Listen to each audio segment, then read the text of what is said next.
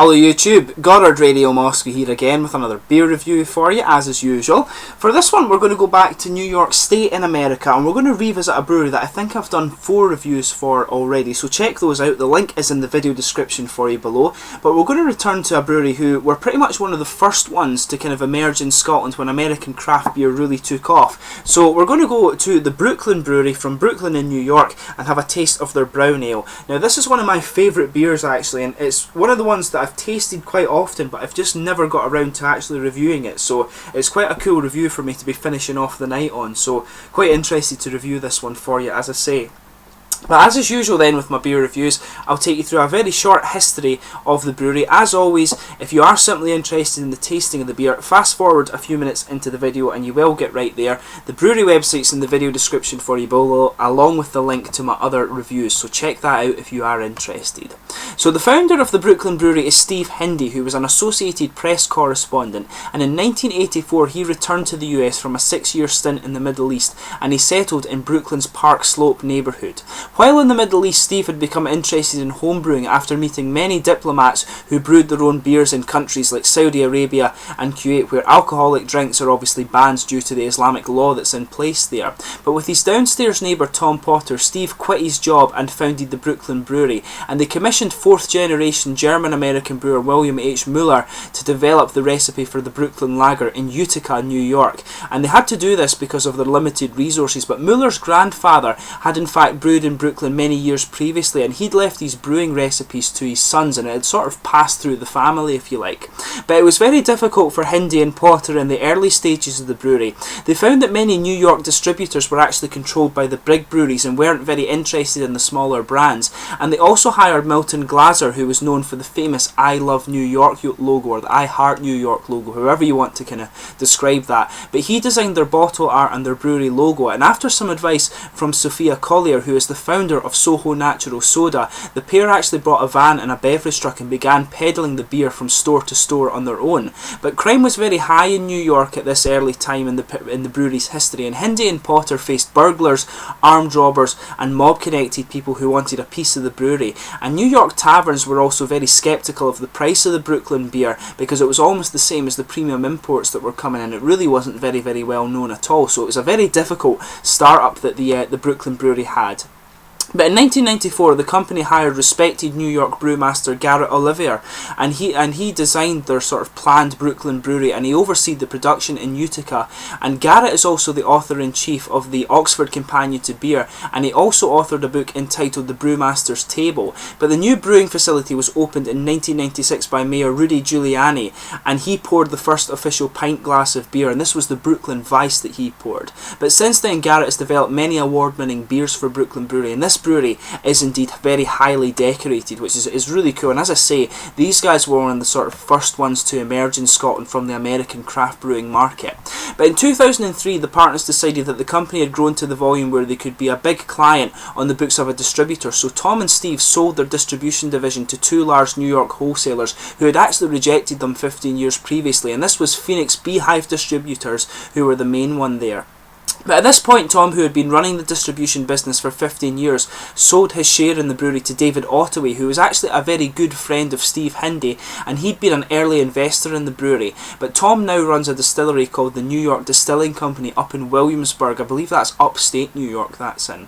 But David's son Eric and Robin had run the Boston Distribution Company for Brooklyn, and the Ottaway family did have roots in Brooklyn. Their grandfather, General John Blackburn Woodward, unsuccessfully stood for the mayor of Brooklyn in the year 1885, and he was the board president of the Brooklyn Institute for Arts and Sciences. And Eric is actually now the general manager of the brewery, while Robin is the sales manager.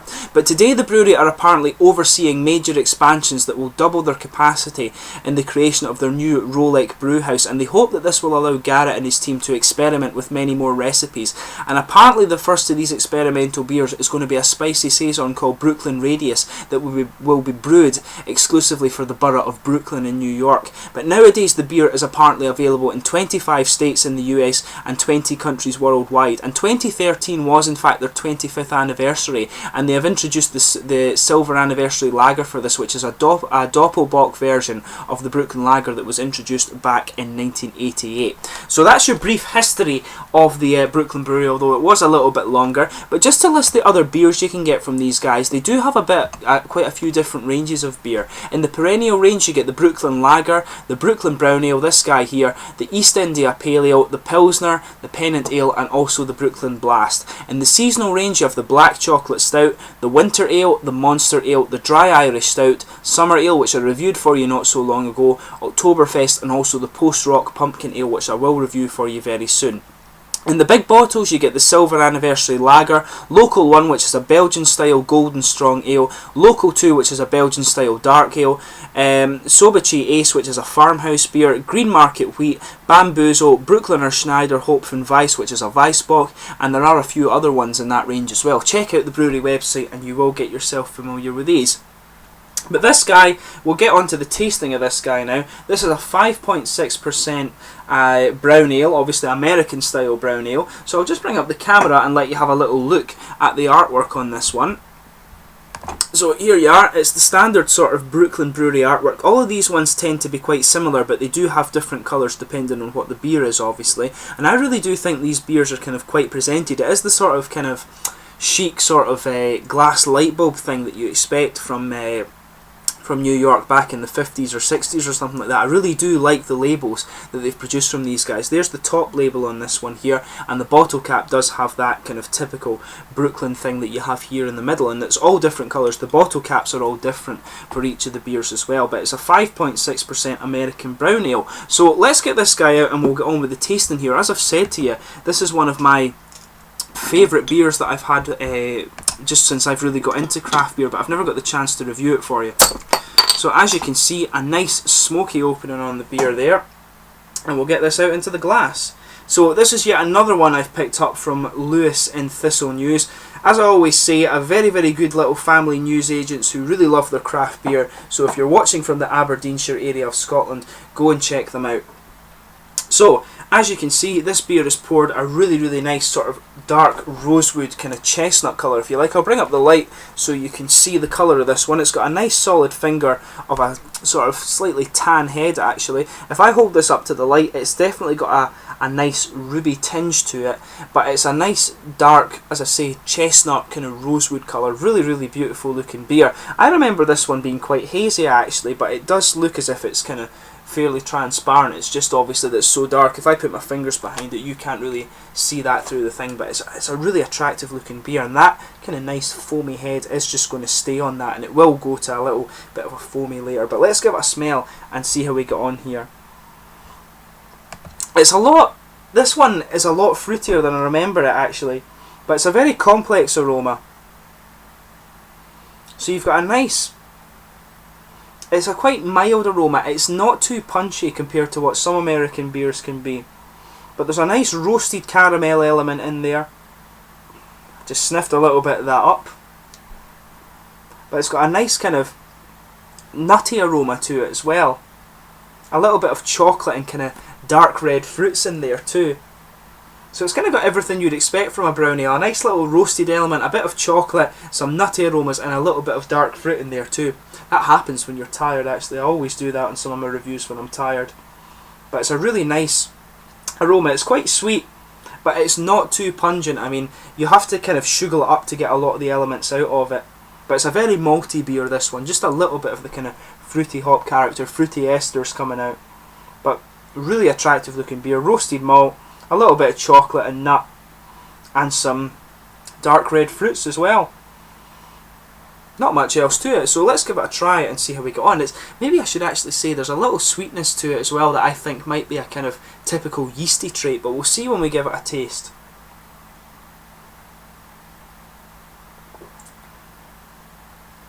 Yeah, it does have this really nice, almost slightly tart, fruity character to it when you take it in.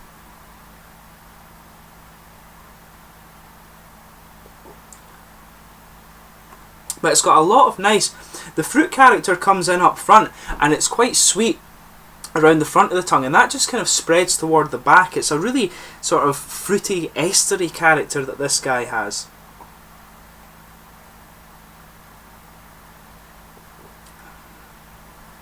But as you move into the more malty part of the beer, you've got a nice kind of roasted, slightly coffee element to it.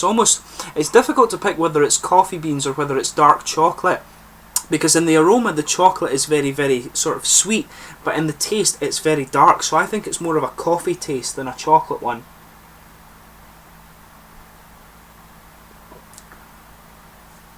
But you do have that coffee element that kind of, it's a nice little bitterness that sticks up in the top of the mouth, but it also kind of splits at the back of the tongue, and it just bitters both edges of the tongue there, and you've got just a little bit of it at the front of the tongue too.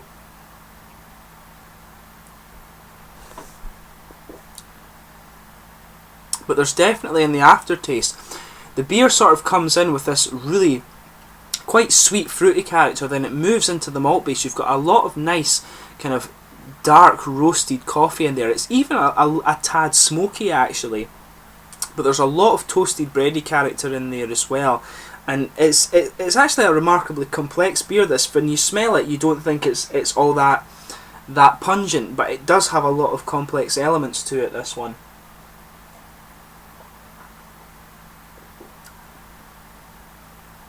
But yeah, the fruit kind of very quickly gives way to a sort of sweetish caramel, and then it quickly moves into the sort of roasted coffee bean. Maybe, as I say, slightly smoky character in there, and there is definitely a little bit of bready character, but that blends really well with this sort of roasted kind of coffee malty element in there. It's a really interesting one, this, and in the aftertaste you've got just a little bit of the caramel towards the front of the tongue, but it's definitely the most prominent component in the aftertaste really is that bitter roasted character at the back of the tongue.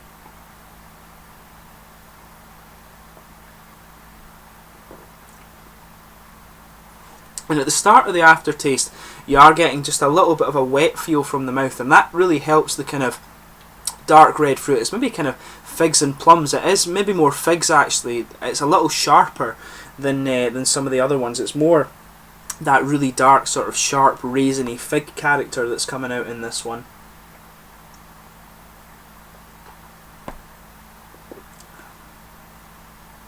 But yeah, after you actually swallow your gulp, you just, around the fronts of the tongue, you're getting a little bit of this really sharp reddish figgy plummy fruit character that's coming out. It's a really interesting one. I don't remember it being quite as fruity as this. I thought it was a more big malty and caramel beer, but I mean, it's a really beautiful beer. This is one of the ones that really got me into American craft beer. But obviously with all the other beers I'm trying, it's been quite a while since I've drunk one of these.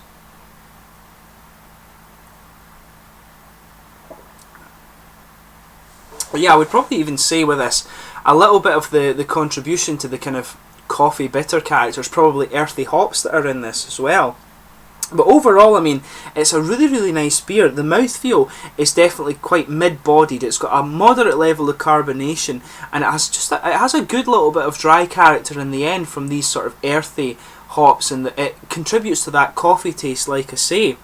And the hops are also bringing out just that little bit of kind of really dark fruity character as well. But it's very, very smooth. The carbonation only plays a little bit in this one.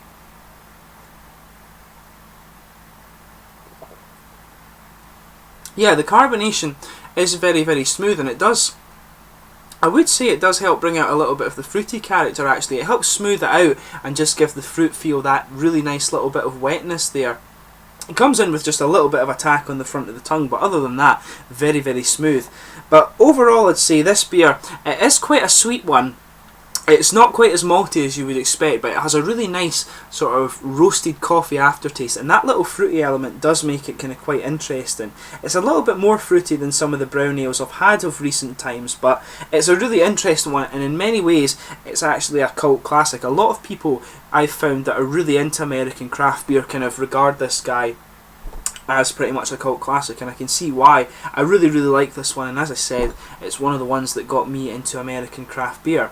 But anyway, I hope you've enjoyed this review, and I've enjoyed doing this one for you because it's always cool to kind of think a little bit more about one of the beers that you've had on numerous occasions and actually review it properly. So I hope you've found my review informative and you've enjoyed it most importantly rather. But please let me know in the comments section your own thoughts on this beer. Always interesting to hear that. I hope you've enjoyed this review, and please like, subscribe, share, all the usual YouTube stuff. Hopefully in the near future I'll get to review more Brookyln Brewery stuff, but in the meantime I'll catch you soon with another review.